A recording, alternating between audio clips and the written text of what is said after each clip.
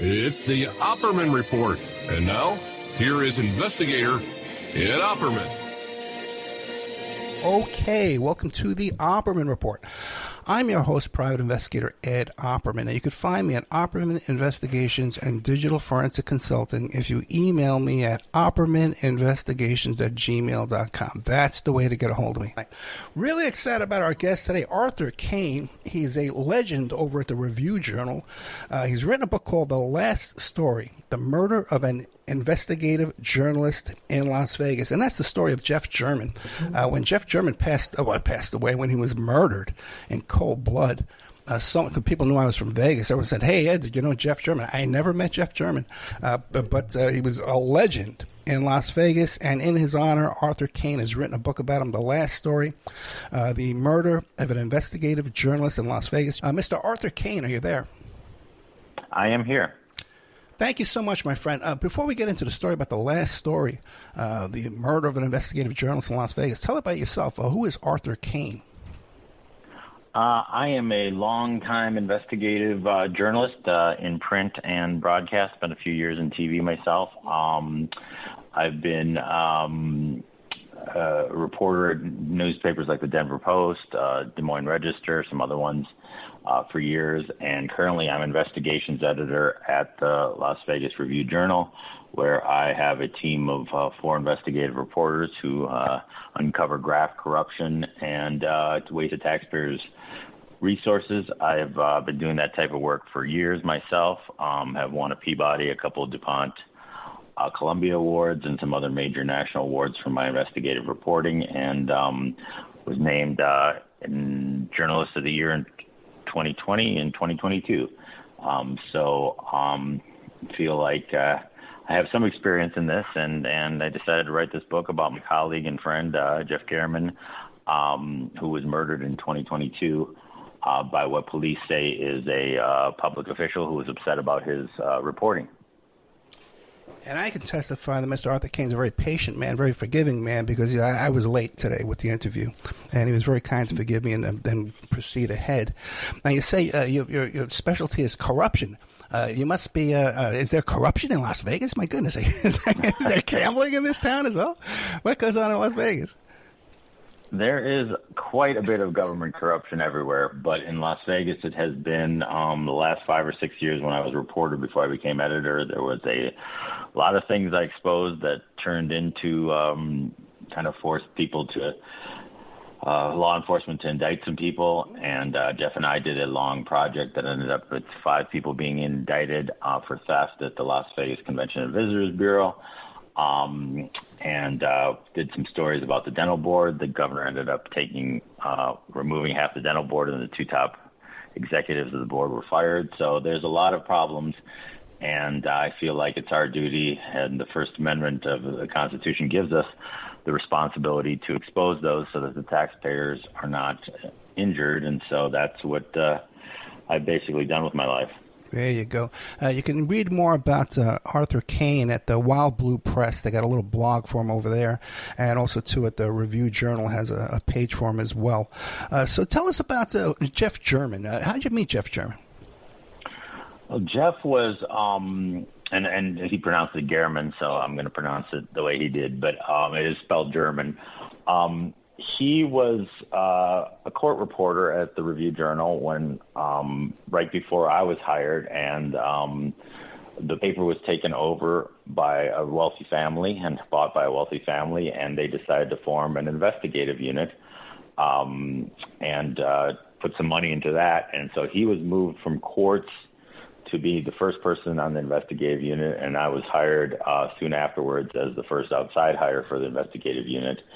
And so we worked pretty closely. Like I said, that first story started when I was researching this book. I realized that we put in the records request for that first story about the Las Vegas Convention and Visitors Bureau the week I was hired. So we started working together. It was a story idea that he had and that I had kind of jumped onto with him. And so we worked pretty closely. We did 5 or 6 big investigations and on top of the stories we did individually. And I don't know that we would call ourselves close friends. I'd never been to his house before. He had been killed and he'd never been to mine, but we definitely were close colleagues who worked together for a good 6 years and did some pretty top-of-the-line investigative reporting.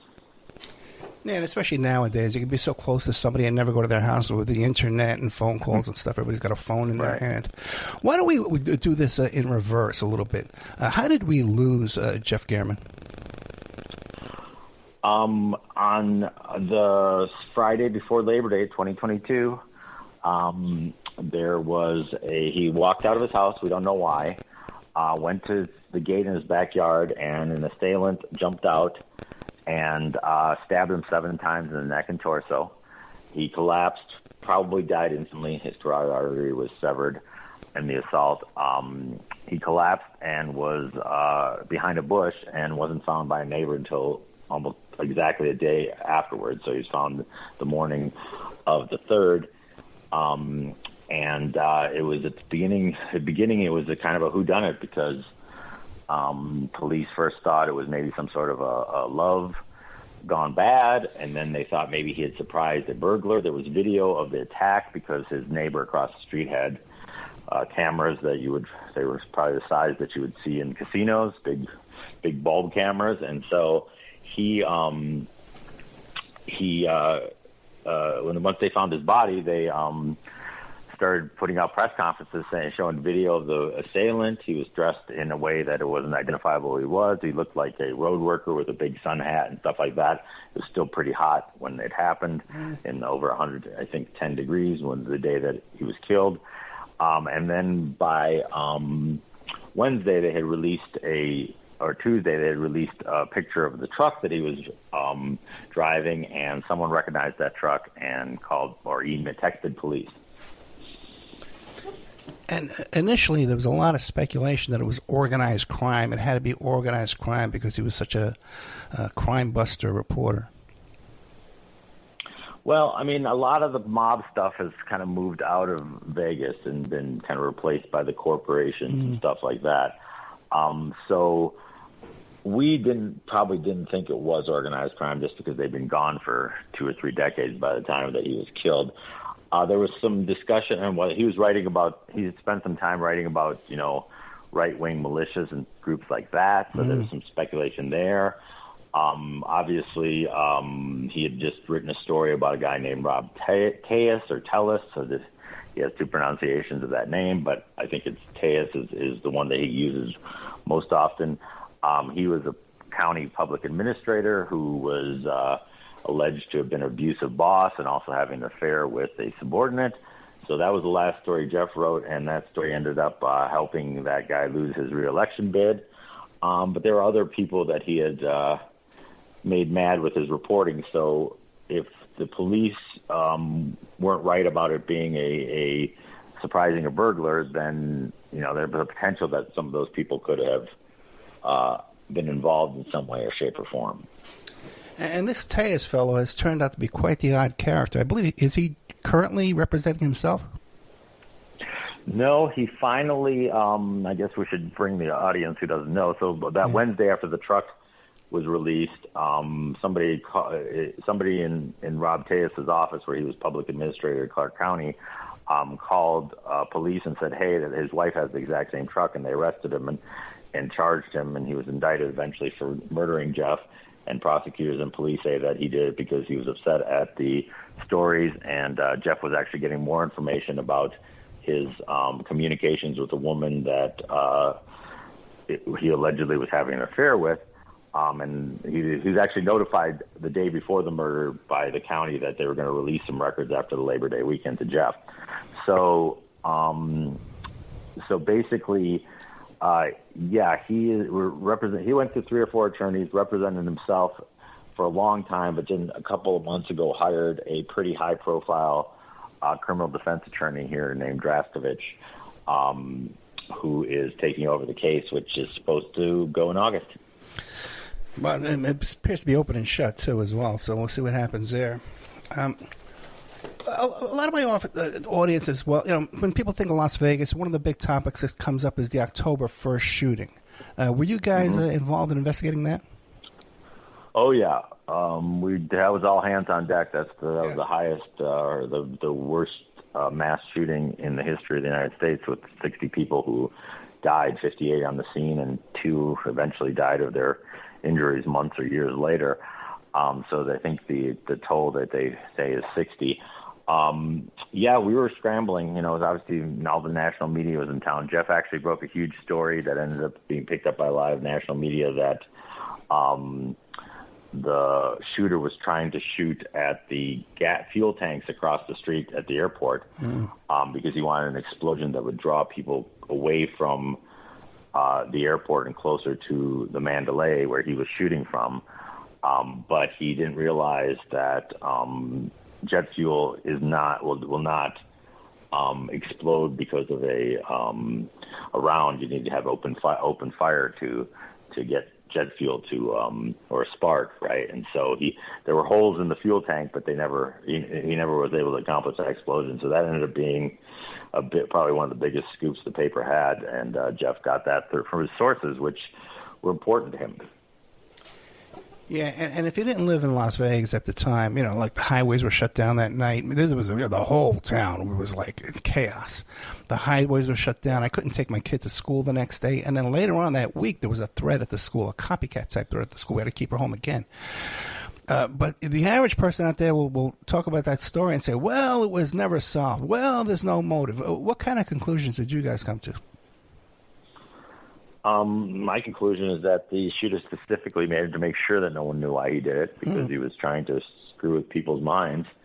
And so he was successful in that he wiped all of his devices and left no record of why he would do that. And I don't know that we'll ever know, because he never talked to anybody about it. He never wrote a manifesto like people are. It's a very strange situation in that most mass shooters are young men in their teens and 20s, and this is and usually broke and have nothing going for their lives. And this was a wealthy, high roller guy who was playing $125 a hand video poker, and so it's a really, like everything in Vegas, it's a strange case. Yeah, he also had a lawsuit against the casinos because he was like awake for 19 hours straight at those poker tournaments, and I guess it triggered his depression or some kind of mental illness. Yeah, I mean, there's a lot of factors in play at that. I mean, he was an interesting character, and it's unfortunate what happened, and it's unfortunate that the families will never even know why. I mean, that's probably adding to the to their pain, just to know why their family members were killed or injured in that. But unfortunately, that's the world we live in now, where this kind of stuff can happen. Yeah, and talking about the world we live in now, I guess it wasn't that bad then, but at the time this Laura Loomer comes out with this bizarre theory of the Saudi Arabians and helicopters and all this stuff, man. Which now, there's so many conspiracy wild theories you see all over the internet and TikTok and stuff like that, but that's kind of tragic in itself, isn't it? Yeah, I mean, there's always... especially when government isn't wholly accountable or transparent, it gives you a opportunity to have these kind of rumors out of there. And so what Jeff and I do with our lives is try to document and as much as possible verify and get information out so that you get the truth as opposed to the rumors. But yeah, I mean, there's always going to be people who are interested in the Kennedy assassination and wherever else, that will either make things up or misinterpret things or maybe find things. Yeah, it's just so terrifying now that these people are just elevated into these superstardom, and people can just overlook these kind of bizarre fantasies they have. Now, what about Arthur Kane? Arthur Kane, you see your good friend Jeff Gman murdered. And how does that, due to his journalism, and you're a journalist, you're doing the same exact thing he is. Does that send a chill down your spine? How did you react to that? Well, I mean, you always think about it. In fact, Jeff had asked me if I wanted to do this story with him, and I said, well, I was fortunately or unfortunately in the middle of an investigation of a captain at Nye County who was doing a lot of really questionable things, and so I kind of begged off. So I don't know what would have happened if he and I had done the story together. But another word, I mean, philosophically, the way I think about it, and, when I'm trying to hire people do ask me, is it dangerous? I think it's kind of like walking outside and getting hit by a meteor. It's just something that happened, something that is unfortunate, but it's not hopefully typical of what it is. It's just a set of circumstances where if police and prosecutors are right that this guy did it, he was just a certain type of personality who decided to go off and lose it and get revenge. And so obviously, do I take precautions? Yeah, but you can't go around being afraid of that meteor. I mean, you can't live your life, hiding in the basement because maybe a meteor will hit you. So you got to go and do what it is and take whatever precautions and react appropriately and go from there. What about some like the really, really notorious stories of Las Vegas, like Binion? I was going to say Ted Bundy, but Ted Binion, the Ted Binion murder and Sandy Murphy and all that. You guys cover that stuff? I didn't. I've only been here for 6 years, but Jeff actually wrote a book about it, about that case because he covered the trial. It's called it was, I think, if I remember right, in 2000, he published a book about the case and what happened with that. But yeah, it was a strange case. It was the first police didn't even think it was a murder until the family and some private detective who actually, ironically, there's a nexus between that case and this case because the private detective who worked for the Binions family to try to get police to prosecute the suspect in that case was the same person who contacted Jeff about this because his daughter worked at the public administrator's office. And so Tom Dillard, who is a former Metro detective and was a private investigator, has a connection to both cases. Yeah, he was offered a $1 million bounty to get Sandy Murphy arrested and convicted. What a town. A small town, too. Vegas is really a small town. People really think, they think, 30 million visitors. But the people that actually live there, it's a small town. Most people know. I remember I did a show one night about Frank Calad. I interviewed Frank Calad. Mm-hmm. Right. And the next day, my daughter had a basketball tournament. And I was telling people, one woman was an FBI agent. I was like, oh, yeah, talking to Frank Calad. I said, every single person there had a personal story about Frank Calad. They all knew him or had some kind of connection to him. The guy must have been everywhere. Yeah. Yeah, those are definitely people that Jeff kept tabs on. There's an anecdote in the book about him and another reporter going to the bar that was owned by Spilatro, who was working, who was one of the mob people who was with Frank Calad and trying to get an interview with him on Christmas Eve, and him saying basically no, but buying them some drinks. So they had a lot of close interpersonal contact with some pretty dangerous people, and for Jeff to be murdered, not in that situation, but years and afterwards, there's some irony there. Yeah, it really is, and you see that sometimes in the movies. It's some like wannabe guy who winds up taking down really a hero like Jeff Gman. What about you had mentioned these corruption cases that you guys had worked on at the dental board?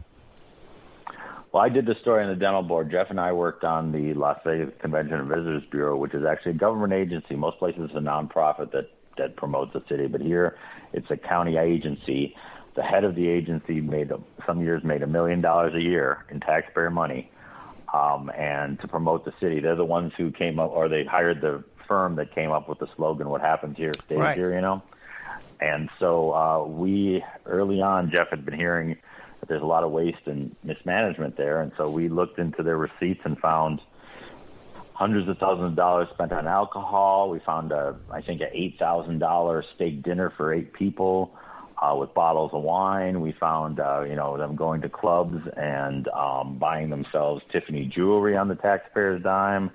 And that story, oh God, that was a 2.5-year story by the time it was over. eventually they did an audit and found out that the head of the agency, who was making $1 million a year, was stealing Southwest gift cards so he could fly his family around. These cards were bought by taxpayers to give to people bringing conventions into the city. Instead, he pocketed them and ended up pleading no contest to a misdemeanor, and initially he was charged with a bunch of felonies.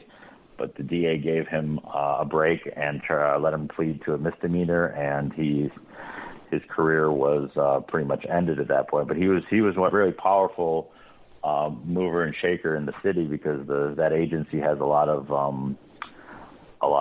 what they call juice, or a lot of clout, because it's the board of directors of that agency is half elected officials and half casino people. So, and they were flying the elected officials to Asia first, business class or first class, and putting them up the nicest hotels so that they wouldn't ask them any questions. And it was quite the questionable den of corruption that Jeff and I basically exposed and got reforms in it. So that was my introduction to Vegas. That was the first story I did when I got here.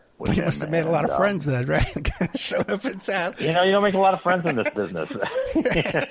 My joke is if when someone's upset, I said, line forms to the left. Yeah. As long as I'm accurate, that's the only thing I care about, is being fair and accurate. But if making friends in the political circles is not something I'm really interested in. I'm not one of these people who wants access to the governor or something like that. I don't need that. I need access to public records and data that I can expose what really is going on. All right, great. Let's make some more enemies then. Okay, I'm safe. I'm down in Florida now. I'm safe. We got Arthur Kane still over there in the hot seat. The author of The Last Story, The Murder of an Investigative Journalist in Las Vegas. You can find it in Wild Blue Press. You can find it's on Amazon, of course, and you can meet Arthur Kane in person at Barnes & Noble. I want to give him a tip or something, too. Barnes & Noble in Las Vegas, 2191 North Rainbow, May 7th, 7 p.m. Well, let's back up a bit to October 1st again, because that Victims' Compensation Fund was run by Steve Sisolak, the former governor. Did you guys look into any kind of corruption or mismanagement in that fund? There have been rumors around. I don't know that we've been able to uncover anything that is I would call corruption or not. I mean, I think people should keep an eye on it. I did not personally look. I don't think either I nor Jeff really looked at it in detail, but so no, I guess no.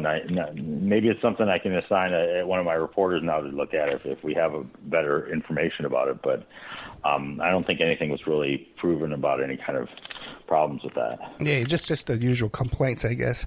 What about now? There was a big scandal about the airport, the way the airport was being run too, as well.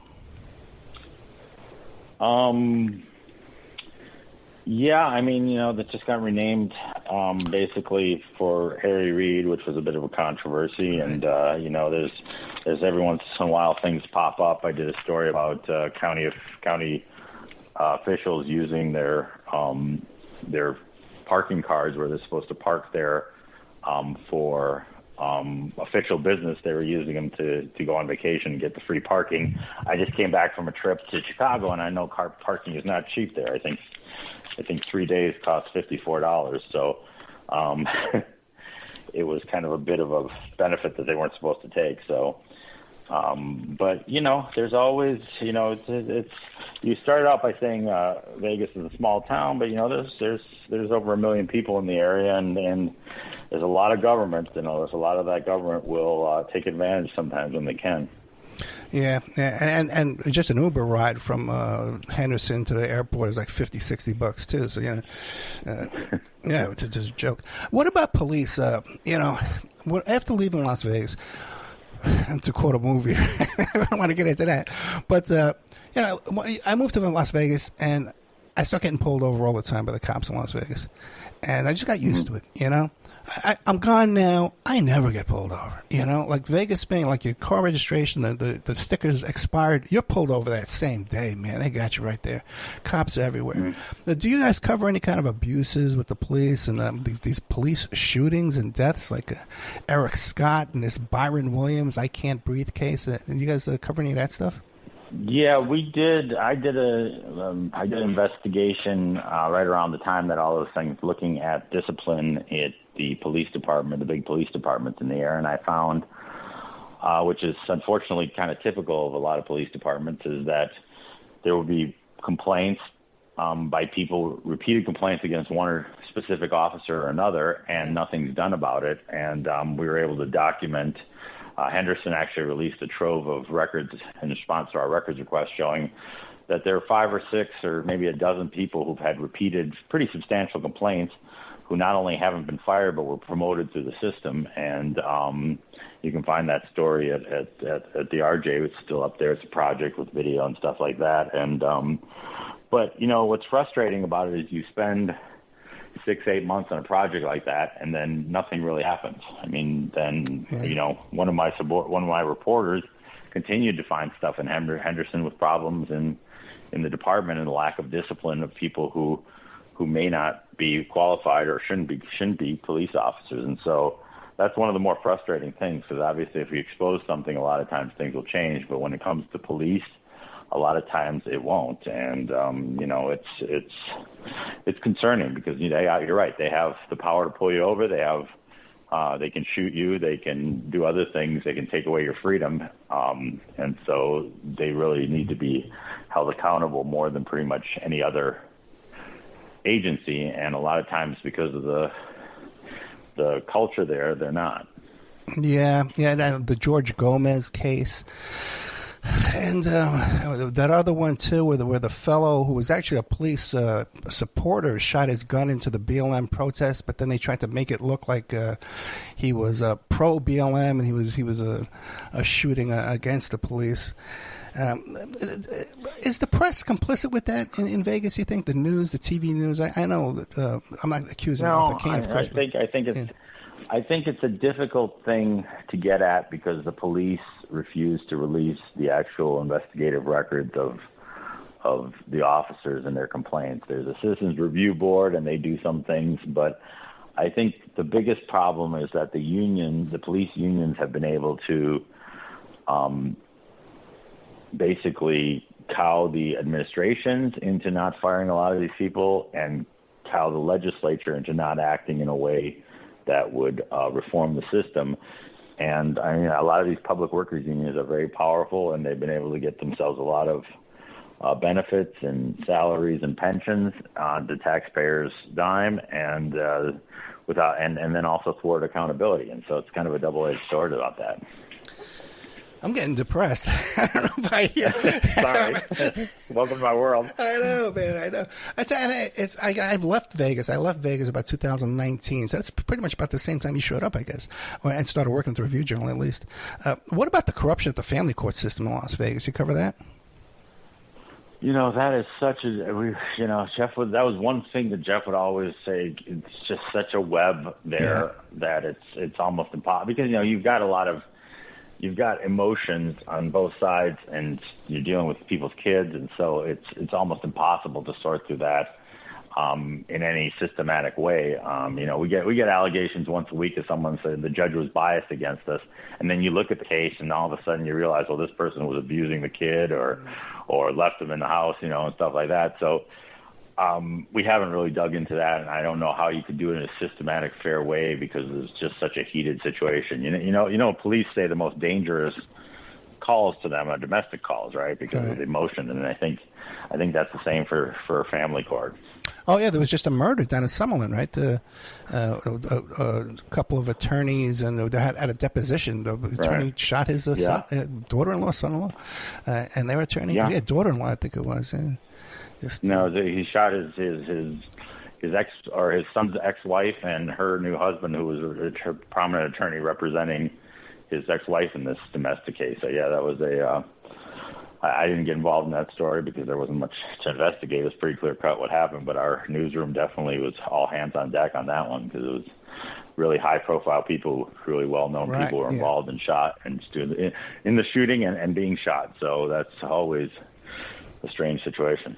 And then you talk about how you look into these cases and you find out, well, the parent was involved in abusing his own kids. In Vegas, we have cases where the judge is involved in abusing their own kid. We had a judge there. This guy had like 5 girlfriends. He had them all arrested for domestic violence, one after another. And just what a town, man. I tell you, look, I miss it. I miss Vegas so much, man. But just what a town, you know? It's definitely a big news town, and definitely Jeff basically chronicled everything from when he got here in '78 till his death. So 40 years of corruption and malfeasance was, either uncovered or written about by Jeff in those times. And in the book, I talk a lot about that, about what he was writing about and what he was doing and what his interesting conflicts with politicians and also with other media people, which I thought was really fascinating. Oh, like who? Well, he had this ongoing feud to his death with John Ralston. Oh, so do I, man. So do I. Tell us this. I'll tell you a story about this, but go ahead, tell us. So basically, I never really got to exactly why it happened, but basically they were not at each other's throats on TV programs, and they would go after each other. They would go after each other in their columns. I was really, I've been a journalist long enough to have some dislike of certain competitors, but it never really went out to anything past bar talk, right? But these were, Jeff wrote columns about Ralston, and Ralston slammed him in an interview he did for the New Times and by name, and in fact, at the end, which I think was probably the most inappropriate thing, Ralston runs this nonprofit website called the Nevada Indy. The editor at that site put out a memo saying that Jeff wasn't much of a journalist at all after he was killed, and that obviously upset a lot of people, including his friends, and was pretty inappropriate. In fact, the whole Indy staff kind of revolted against the person, and she had to walk it back. But it's a rough and tumble town. It's definitely the Wild West, and it's definitely bare knuckles here. So I think it makes for a compelling story and narrative of what he faced. Like I said, I did this for 25 years before I came here, in places like Denver and other places, and we never had anything even close to that kind of vitriol in the public, I wish I would have known. I would have packed up Jeff in the car. We would have went over there to handle things the old-fashioned way. What about any coverage of especially thinking back to the caucus with Bernie Sanders and Hillary Clinton, the corruption that went up, the flying chair. That's what Ralston did, the flying chair. He saw flying chairs at the caucus. That's what pissed me off about Ralston originally. Did you guys do any reporting on that? No, I didn't, because I'm not sure Jeff was involved. I mostly focused on kind of his interactions with Jeff and their sniping at each other. Right. But I don't know that Jeff was involved in the caucus was here, and I know we all covered it, but we didn't. It was pretty. It was, it was not very. It was pretty. We weren't that important of a state, at that point, especially in the Democratic thing. So it wasn't a huge story for us at that point. But there's definitely, I think it's been documented fairly well that the Democrats wanted to kind of, lay a path that didn't involve Bernie Sanders. Yeah. But it was just short of a hole in the desert. You know what I mean? Now, so what was his big break for Jeff Gman? I think, I don't know that, obviously I think the highlight of his career was writing that book about Binion, but I think he basically just came here right out of college. He graduated from Marquette in 1977, got a master's degree, and knew a woman who he had done some freelance for in Milwaukee, was out at the Las Vegas Sun, and they were looking for reporters. And so she said, "Why don't you apply?" And he applied, and came here and had a little bit of a slow start, but then ramped up and became pretty well known, and was kind of the go-to guy in the Sun for a while until he got laid off in 2010, which is probably the low point of his career.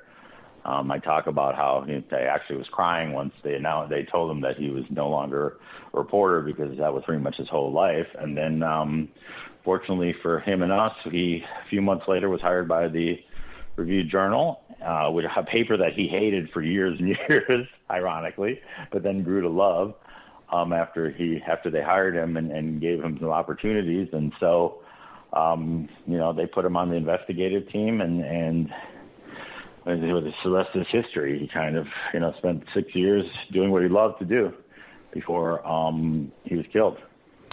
Was there anything he was working on behind the scenes that you can clue us in on? Something he was, he always wanted to break but couldn't?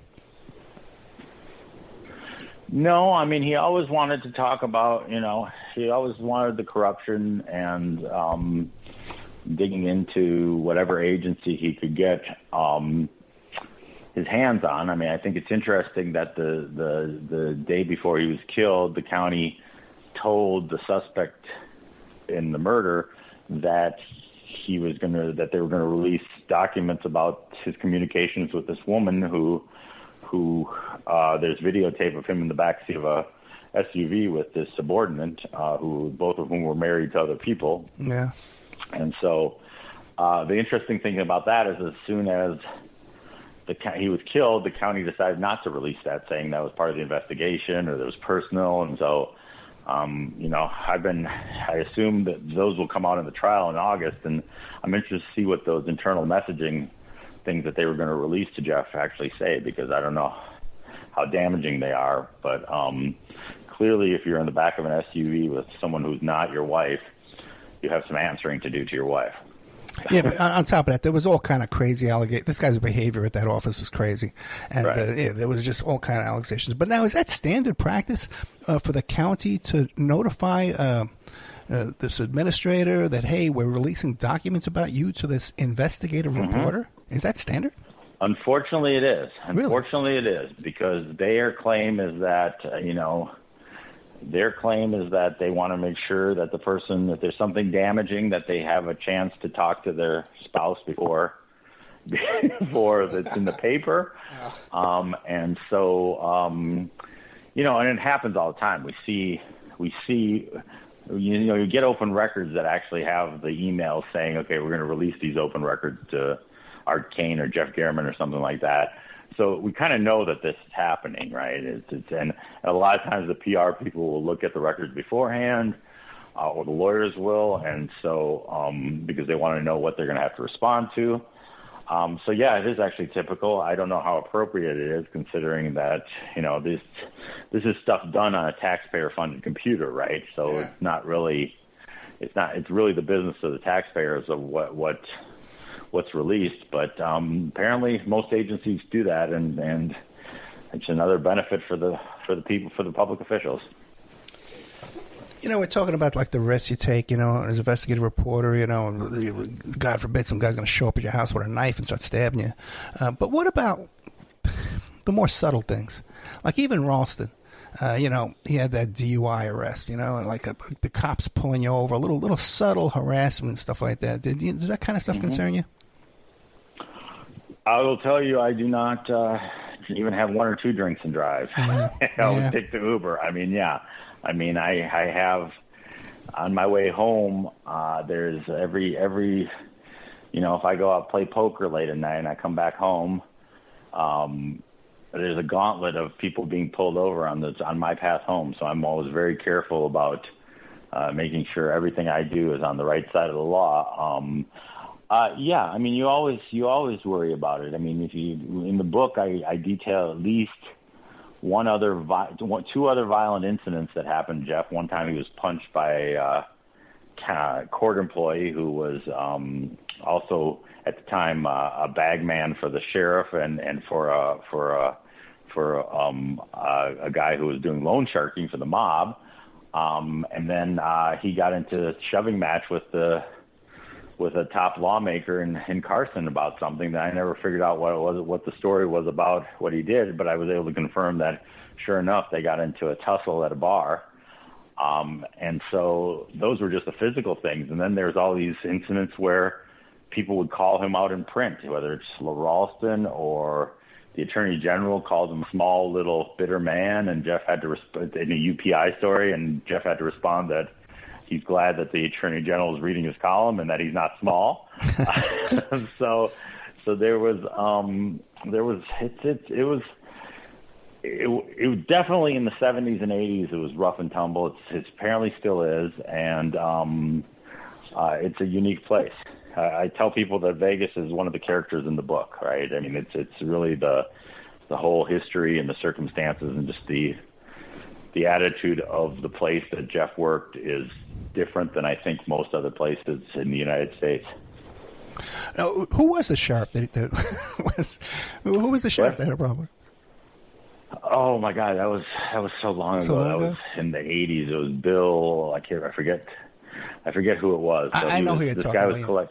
This guy was collecting campaign contributions for the sheriff at the same time that he was collecting, enforcing for this loan shark for the mob. And then at the same time, he was a bailiff in the court system. The guy was obviously had his fingers in a lot of different jobs. He was hardworking, but he basically Jeff's car and his house was getting vandalized, and Jeff saw him at a party, like a retirement party, and told him to call off his dogs, and the guy just threw a drink in his face and punched him.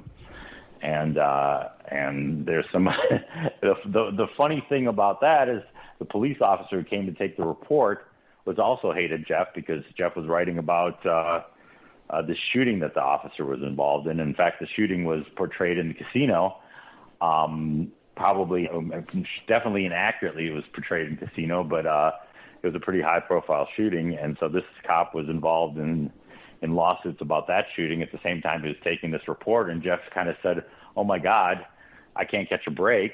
I get punched in the face, and then the guy who's taking a report has it out for me too." So it's just the way Vegas is and was. Yeah, especially back in those days, like you said, they used to have these. They called them clip joints, these little strip joints that the cab driver would take you over there, and you go in, and you go back into this other room. You're going to get something in this other room, another $100 in this other room. Then when you start complaining, they would beat the crap out of you, throw you out of the parking lot, and the same cab driver would pick you up. And this is going on night after night after night. Oh my God. Yeah, I mean, I think things like that still happen because a friend of mine was at a bachelor party where they tried to give him a $10,000 tab, which he did get beat up, but he definitely Vegas is very good at separating the money, the tourists from their money. Yeah, that's for sure. That's actually on my. I jotted down Crazy Horse. Did you guys cover that whole scandal with the Crazy Horse and the guys getting beat up out in front of there, and then the FBI raids? I think the Department of Justice was running the place for a while. It's just crazy. Yeah, that was well before my time. Right. I think Jeff wrote a few things about it, but I wasn't. I came here in December of 2016, so Gotcha. that was well over with by the time that had happened. Yeah, just in time to see Bernie get screwed. Still controversies with him. Now, was Jeff the kind of guy to get punched in the face? Was he the kind of guy that could take a punch and scrap it up with these guys? Well, I mean, he didn't fight back. I mean, No? he was a fairly thin and I think he was 5'11" or something like that. But I mean, obviously, you don't want to get involved with someone the guy who punched him was an ex-boxer and a former New York cop. I think probably he was outmatched. And luckily, it would happen in the Sands hotel, and luckily the security was right there and separated them. But and Jeff didn't even bother to press charges on it. But what was interesting about that situation is that I found a series of columns he wrote after he was punched about being punched. He ended up getting an internal FBI document about the guy who punched him and was able to report all of his activities weeks after. One of his columns as I'm recovering from my interaction with Cy Friedman, I think that was the name of the guy. I've got this police report that details some of his loan sharking actions and it goes and continues, is not cowed by the fact that he was attacked. Basically, just continues to report and expose what this guy is doing and questioning why this guy has a government job and why he's working for the sheriff. And so he was not one to be. He may not fight back physically, but he was not one to be cowed by the attacks like that. Yeah, gotcha. What about, we don't have that mob influence like there once was, but we do have the corporate casinos, and they got a lot of money, Do you witness them trying to exert their influence over the news and the press? I'm sure they do. I mean, I think that they probably, like I said earlier, the fact that they basically ran this agency called the Las Vegas Convention Bureau, because half of them were there deciding what to do with taxpayer money on that board.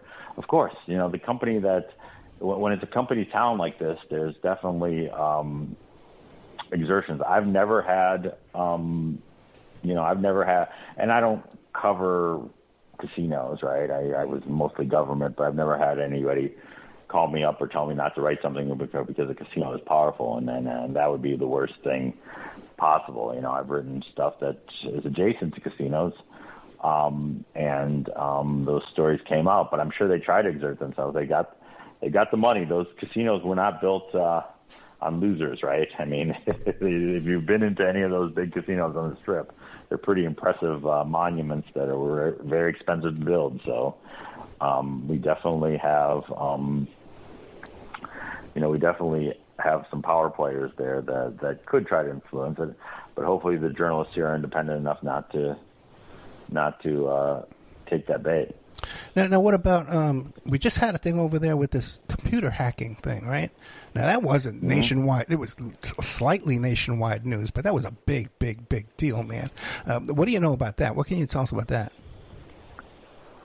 Basically, these hackers got into the Caesar system, and they got into the MGM system and locked up the computers for days. And my wife was actually staying at the Strip with a friend of hers, just enjoying the pool for a little bit of staycation, and then she was in the middle of it. Luckily, it didn't sound like it was too bad for her because she doesn't gamble. But anybody who was trying to cash out a ticket at one point, you had to go find somebody. You couldn't use the machine to cash out your $500 win at the slots, and so it was a big deal. I think it's been reported that the Caesars had paid these guys off, and MGM wouldn't, so they ended up causing a lot of problems for them. Yeah, just fascinating, man. And didn't make nationwide news hardly at all. Just a whisper of it. And what I understand, they had clipboards with paper reservations. They were checking people in. Yeah, they had by hand. They had top managers walking around with pockets full of cash trying to pay out winners. I mean, we've had some stories since of how much this cost them in business, and it was not good. But everybody's, and the way they did it was so crazy, right? They just found a guy whose name they looked up and got enough personal information that they acted like he had lost. They acted like he was an employee of MGM who lost his password and just called IT, and they gave him his password or reset his password for him, right? And so that it wasn't any major sophisticated thing. Yeah. They just targeted an employee, got his date of birth and some other things where they could verify if the IT person asked, and that's how they got in the system. And my God, that's scary, right? Yeah, well, that happens. That kind of stuff happens. Yeah. What about, remember that case with that Cuban guy? He was like a stick-up guy, and then he escaped from the jail. Did Jeff cover that story? No, I don't think he did. I think I read a book. You mean the guy who was robbing casinos? The, armored cars? Yeah. The armored cars from the casinos. Yeah, I don't think Jeff actually had that story. I think I read a book about it before I moved to Vegas. But gotcha. That was an interesting case. Yeah, I tried to get that guy on the show. Yeah. Okay, we're talking to Arthur Kane. The book is The Last Story, The Murder of an Investigative Journalist in Las Vegas. Wild Blue Press puts it out. You can get it on Amazon.com. He's got a bio, too, on the Review Journal there. You can meet him in person at Barnes & Noble, 2191 North Rainbow, May 7th at 7 p.m. Now, what is in the last story that I haven't asked you about that you want the audience to know about? We've only got a few minutes left. I think one of the big things is the year-long fight that we had with the police and prosecutors to try to protect Jeff's sources. So after he was killed, they took his cell phone, 4 computers, and a hard drive out of his house, and we had to go to court to block them from looking at it because it had a bunch of his 40 years of confidential sources. Some of them probably worked at the police department and the prosecutor's office. So that was a interesting thing in that, you know, it really looked at that point. We didn't want to obviously interfere with the criminal case, but we also weren't going to let any of Jeff's sources be exposed after he had promised them to confidentiality. So huge legal fight. We ended up at the Nevada Supreme Court, which sided with us and said that the sources, the shield law pertains to the reporter after he dies, and the news organization can exert it. So now the newspaper is actually looking through all those devices, including myself and 11 other people, and trying to find out what's privileged and what the prosecutors, police, and Rob Tejas as an attorney can